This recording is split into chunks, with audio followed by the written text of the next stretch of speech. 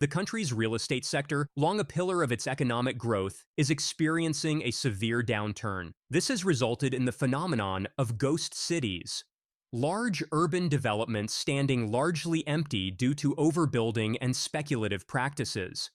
The property market crash has not only affected developers and investors, but has also impacted local government finances, which rely heavily on land sales for revenue.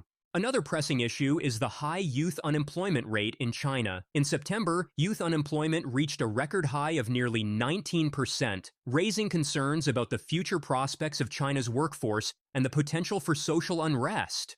This high unemployment rate among young people is particularly troubling for a country that has long relied on its large and relatively cheap labor force as a competitive advantage in the global market. Chen points out that China's recent focus on military expansion has come at the expense of economic growth. He noted, "If you count the number of warships, China has by far the highest number of warships than any country, higher than even the US's naval ships." What industries have grown the most so far this year?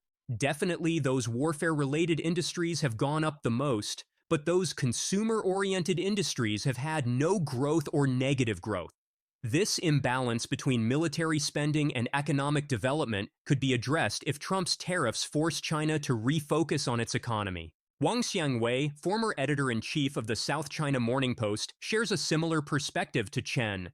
He argues that U.S. pressure could benefit China in the long term by pushing it towards necessary economic reforms.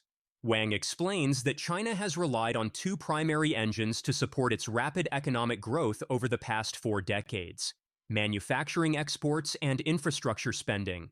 Leveraging its large and relatively cheap labor force, China became the world's factory, producing a vast array of goods for global markets.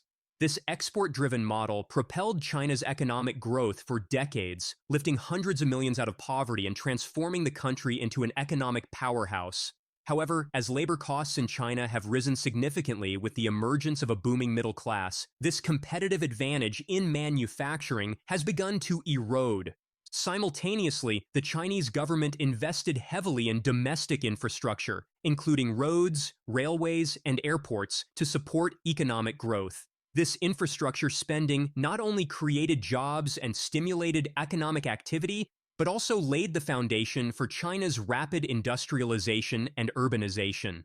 However, after decades of intensive infrastructure development, the country is running out of profitable new projects to pursue, leading to concerns about the sustainability of this growth model. Wang argues that China needs to transition to a more consumption-driven economic model. "I believe China's going to suffer in the short term. In the long term, he's Trump going to help China to make that painful transition," Wang told CBS News. He points out that while domestic consumption accounts for 70% to 80% of GDP in the US, it only represents about 60% in China, indicating significant room for growth in this area.